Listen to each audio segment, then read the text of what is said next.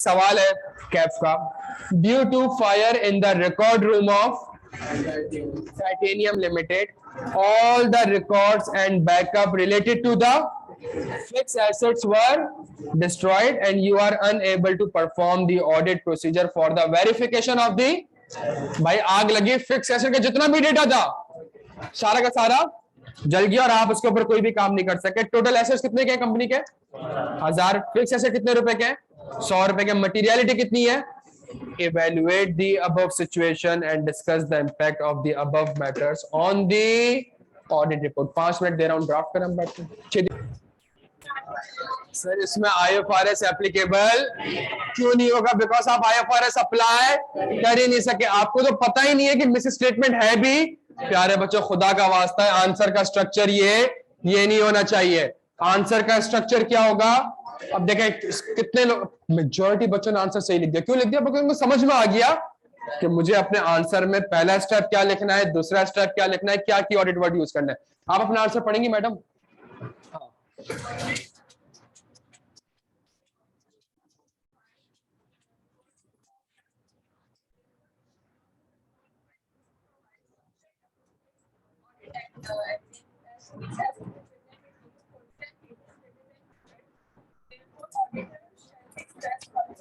इसमें अंग्रेजी का वर्ड कोई भी नहीं है, इसमें सारे वर्ड्स कौन से यूज हुए हुए हैं? जब आप अपने आंसर में स्कोप लिमिटेशन का वर्ड यूज करें, जहां आप अपने आंसर में लिखें auditor is unable to obtain sufficient appropriate audit evidence, जिस बैलेंस के ऊपर आप एविडेंस ऑब्टेन नहीं कर सके, that represents the material portion of the financial statement, hence the auditor shall express. अब एक आंसर का स्ट्रक्चर आपको पता है कि आपने लिखना क्या है, तो इसका आंसर मैं कैसे ड्राफ्ट करूंगा? क्या सवाल में कोई स्कोप लिमिटेशन, सवाल में ऐसा क्या लिखा हुआ है कि आपको लगा ये स्कोप लिमिटेशन है? जल्दी, ड्यू टू, ये वाली लाइन पूरी लिख दूं? सही है। स्कोप लिमिटेशन, ये कौन सी वाली स्कोप लिमिटेशन है? जल्दी, बियॉन्ड दी, मैं BCM लिख रहा हूं, सही है। It is beyond the control of, या बल्कि मैं यहां लिख दूं, क्या लगी? आग लग गई, तो ये क्या है? This is the scope limitation. कौन सी टाइप है इसकी? जल्दी से बता दें। Beyond the control of management. इससे हुआ क्या? Auditor is unable to obtain sufficient appropriate audit evidence on, जल्दी, fixed asset, जो कि कितने रुपए का है? कितने रुपए का है? 100 रुपए का है। और आपकी मटीरियलिटी कितने की है? 80 रुपए की। क्या ये 100 रुपए एक्सीड कर रहे हैं मटीरियलिटी से? Yes sir. तो आप कौन सा ओपिनियन देंगे? क्वालिफाइड। सर ये भी क्वालिफाइड है, ये भी क्वालिफाइड है, यहाँ भी पीपी के ऊपर क्वालिफिकेशन है, यहाँ भी फिक्स एसेट के ऊपर क्वालिफिकेशन है, लेकिन यहाँ पे क्वालिफिकेशन क्या है? मैं आपसे कह रहा हूं कि फिक्स एसेट IAS 36 के हिसाब से रिकॉर्ड नहीं हुआ है। हाँ, बकिया एफएस सही है। यहाँ पे मैं कह रहा हूं मुझे नहीं पता कि फिक्स एसेट IFRS के हिसाब से रिकॉर्ड हुआ भी है या नहीं हुआ। हाँ, लेकिन बकिया एफएस दोनों फिक्स एसेट की मॉडिफिकेशन है। यार ये भी फिक्स एसेट कर दिया था ना हमने, टीपी फिक्स एसेट। बच्चों यार दोस्त नोट ना करो, मेरे दोस्त आप नोट ना करें, आप बहुत बड़ी गलती कर रहे हैं। मैं आपसे, जब मैं आपसे एक चीज कह रहा हूं नोट ना करें, फिजिकल क्लास के एक फायदा, जो मैं और आप एक दूसरे को देख के बातें कर रहे हैं ना, वो क़यामत आपको रिटेन रहेंगी मेरे प्यारे बच्चों। इसको हमेशा याद रखिएगा, ये आपकी रिटेन, जो एक लाइव बात मैं आपसे कर रहा हूँ वो याद रहेंगे। नोट ना करें खुदा का वास्ता।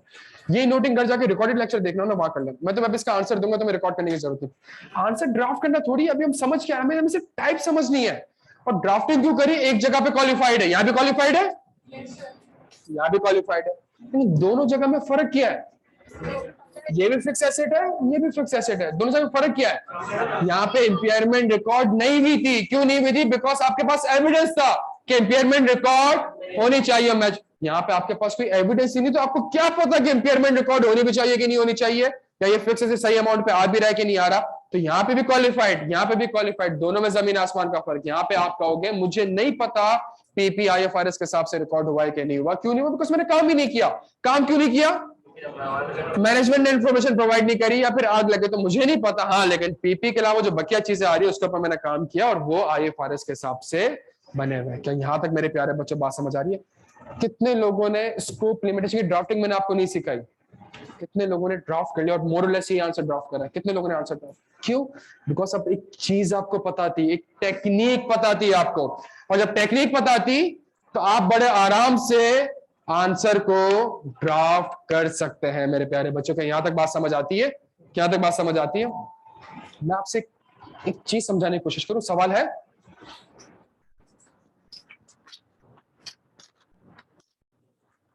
सवाल को चेंज करें थोड़ा सा।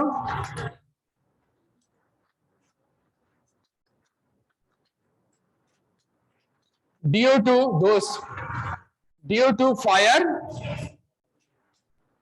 DO2 fire in titanium limited, due to fire in titanium limited, 6 assets were destroyed. Full stop.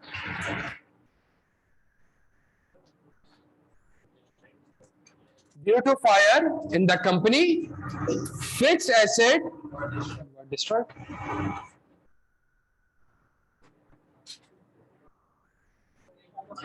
हाँ जी, due to fire in the company, 6 assets were destroyed.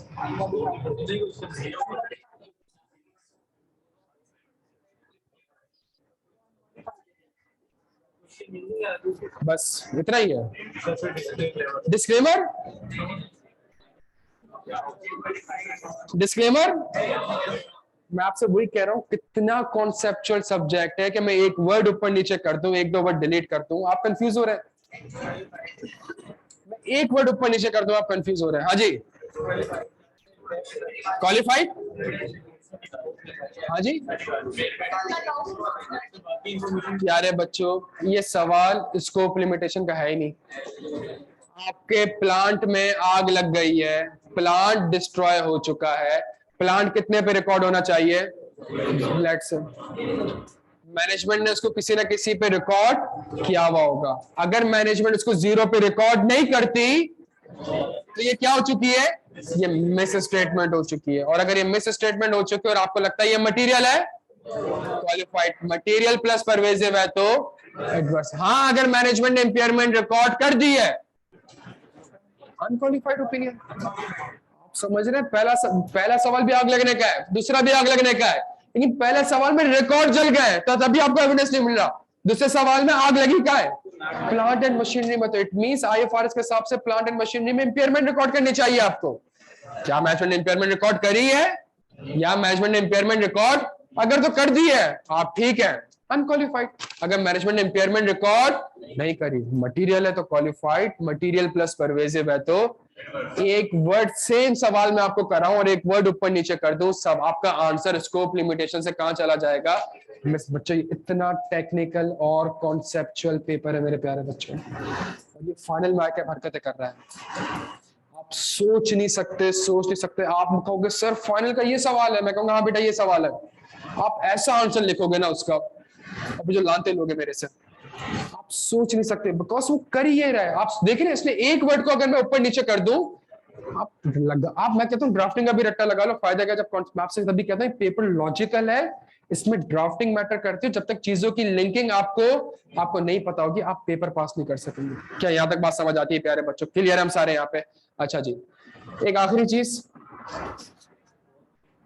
हम सवाल थोड़ी कर रहे हैं, हम कुछ पढ़ नहीं रहे। जो थोड़ा बहुत पढ़ा है हमने उसको हम जल्दी से एक डायग्राम बना लेते हैं। ऐसा कर लें प्यारे बच्चों, इसको मिटा दूं, सिर्फ 5 मिनट, 2 घंटे पढ़ा उसका एक क्विक, और एक ऐसी चीज पढ़ने कि आप कहेंगे कि सर ये तो वो चीजें थी जो कि मुझे पता होनी चाहिए थी। आपको 2.25 घंटे पढ़ाने की जरूरत नहीं थी। आप आराम करते हैं यहाँ पे, तो हम खुद बना लेते हैं डायग्राम। सुनिएगा मेरी बात को।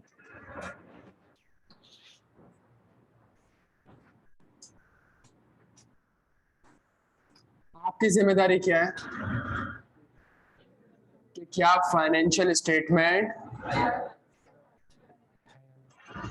इस रीजनेबल एश्योरेंस को ऑब्टेन करने के लिए प्यारे बच्चों आपको क्या ऑब्टेन करना पड़ता है? या तो sufficient appropriate audit evidence obtain हुआ होगा,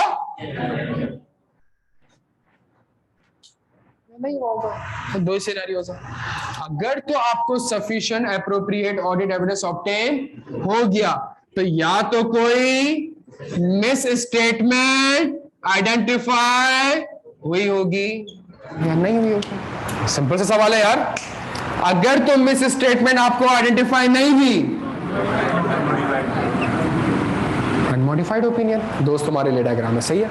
और अगर मिस स्टेटमेंट आइडेंटिफाई हो गई तो क्या ये मिस स्टेटमेंट मटेरियल है या मटेरियल?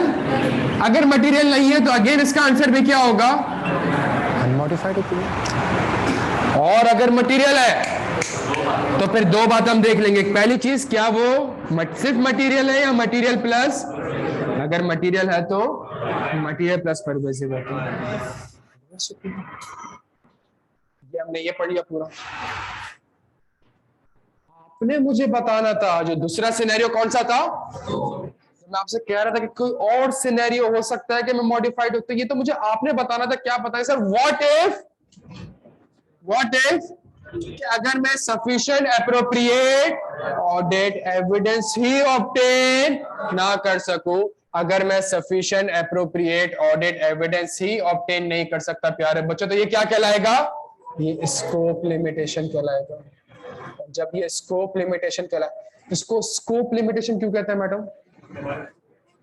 क्योंकि आइजा 200 के हिसाब से आपका स्कोप है टू ऑब्टेन रीजनेबल एश्योरेंस, और जहां स्कोप में लिमिटेशन आ जाती है तभी आइजा 705 कहता है this is the scope limitation. क्यों? Because auditor is unable to obtain sufficient appropriate audit evidence. या तो इसका इंपैक्ट मटेरियल होगा या मटेरियल प्लस। मटेरियल होगा तो क्वालिफाइड, मटेरियल प्लस परवेसिव होगा तो डिस्क्लेमर। ये भी क्वालिफाइड है मेरे प्यारे बच्चों, ये भी क्वालिफाइड है। बट देखें ये क्वालिफाइड आया कैसे है? जब आपको sufficient appropriate audit evidence obtain हो चुका है और आपको पता चल चुका है कि ये मिस स्टेटमेंट है, तभी तो आप कहेंगे पीपी IAS 16 के हिसाब से नहीं बना, बकिया IFRS IAS 16 के हिसाब से बने। यहां पे आपको सफिशिएंट एप्रोप्रिएट ऑडिट एविडेंस ही नहीं मिला। किस चीज के ऊपर? कि क्या ये फाइनेंशियल स्टेटमेंट IFRS के हिसाब से बने या नहीं बने। आप फौरन से कहेंगे कि मुझे पता ही नहीं है, मैं नहीं बता सकता, मुझे नहीं पता कि क्या ये IAS 16 के हिसाब से बना है या फिर नहीं बना। हाँ, बकिया FS IFRS के हिसाब से बने। ये भी क्वालिफाइड ओपिनियन है प्यारे बच्चों, ये भी क्वालिफाइड ओपिनियन, लेकिन दोनों में जमीन और आसमान का फर्क है। जहां ये चीज मटेरियल परवेजिव हो जाए, मतलब 600 रुपए में से 550 रुपए के ऊपर आप काम ही नहीं कर पा रहे, तो आप ये नहीं कह सकते कि 550 का मुझे कुछ नहीं पता। हाँ, बकिया FS, बकिया FS बचे 50 रुपए के, वहां पे आप कौन सा ओपिनियन देंगे? डिस्क्लेमर, मैंने काम ही नहीं करा तो मैं कैसे ओपिनियन दे सकता हूं? मैं कहूंगा मैं इस FS के ऊपर कोई भी ओपिनियन एक्सप्रेस नहीं कर सकता। क्या यहाँ तक बात समझ आती है प्यारे बच्चों? एक आखिरी चीज,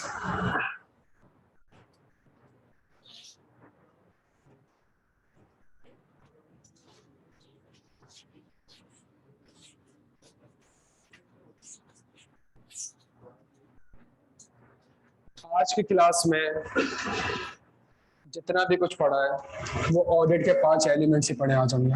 सही कह रहा हूँ, गलत कह रहा हूँ? पहला, शेयर होल्डर मैनेजमेंट। दूसरा, तीसरा,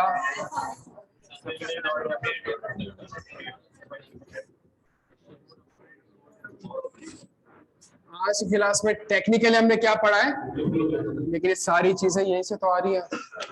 अगर आपको sufficient appropriate audit evidence obtain हो जाता है और क्या होता है कि क्या ये फाइनेंशियल स्टेटमेंट IFRS के हिसाब से बने हैं या फिर नहीं बने, या तो बने होंगे या फिर नहीं। अगर तो बने हैं तो आपकी ओपिनियन क्या हो जाएगी, और अगर नहीं बने तो आप देखेंगे क्या वो मटेरियल है या मटेरियल प्लस। मटेरियल है तो कौन सा ओपिनियन आ जाएगा प्यारे बच्चों? क्वालिफाइड। मटेरियल प्लस परवेसिव है तो कौन सा ओपिनियन आ जाएगा?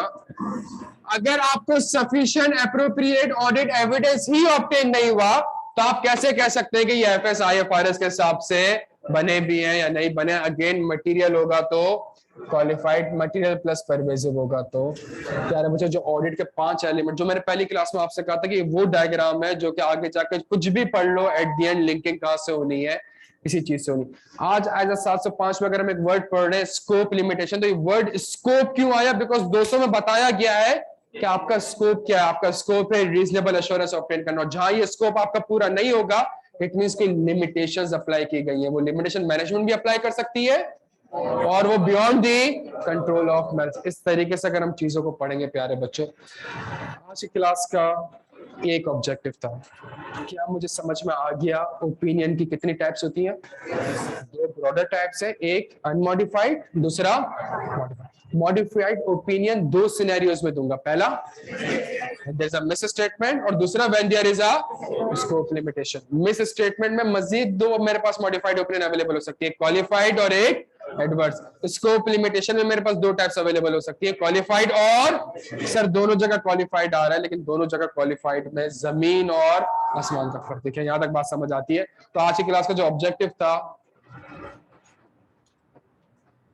सिर्फ ये वर्ड्स प्यारे बच्चों। क्या ये वर्ड्स क्लियर है? ये वर्ड्स, और ये वर्ड्स कैसे आते हैं, ये वर्ड्स कैसे आते हैं, ये थोड़ा बहुत समझ आ गया मेरे प्यारे बच्चों? चलें जी, इसको रिवाइज करके आइएगा। अगली क्लास में हम इंशाल्लाह नया टॉपिक स्टार्ट करेंगे। खत्म नहीं हुआ है प्यारे बच्चों, समझने की कोशिश। हम सिर्फ क्या ले रहे हैं, एक ओवरव्यू ले। चलें, बहुत सारा ख्याल रखिएगा अपना।